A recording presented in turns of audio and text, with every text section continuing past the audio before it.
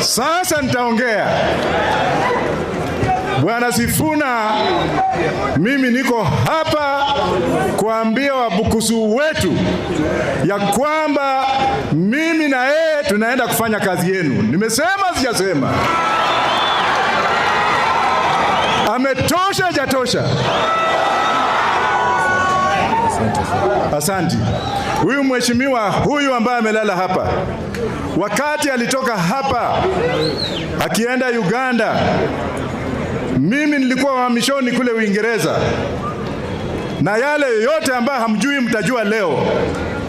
It was courtesy of myself, the former British Prime Minister of England, Mr. Kenneth Baker, ambaye tuliongea na President wa Ghana, Jerry Rawlings, kumchukua mzee kutoka Uganda kwenda Ghana. This mzee was a struggle. This mzee was a freedom fighter. He was a strategist.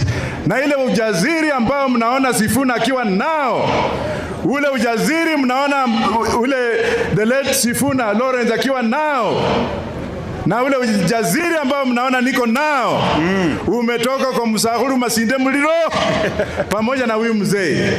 Ndio imefanya nimekuja hapa, nimesimama urais, na ya mwisho, I am not term. I am not in one term, I am not in two terms. Mimi ni mtu wa no term. Ndio niwaangalie hawa wako upande wanasema nini na hawa wengine wanasema nini. Kwa ujaziri wa Mwenyezi Mungu, I'm the next president of this country. Thank you very much. Asante sana.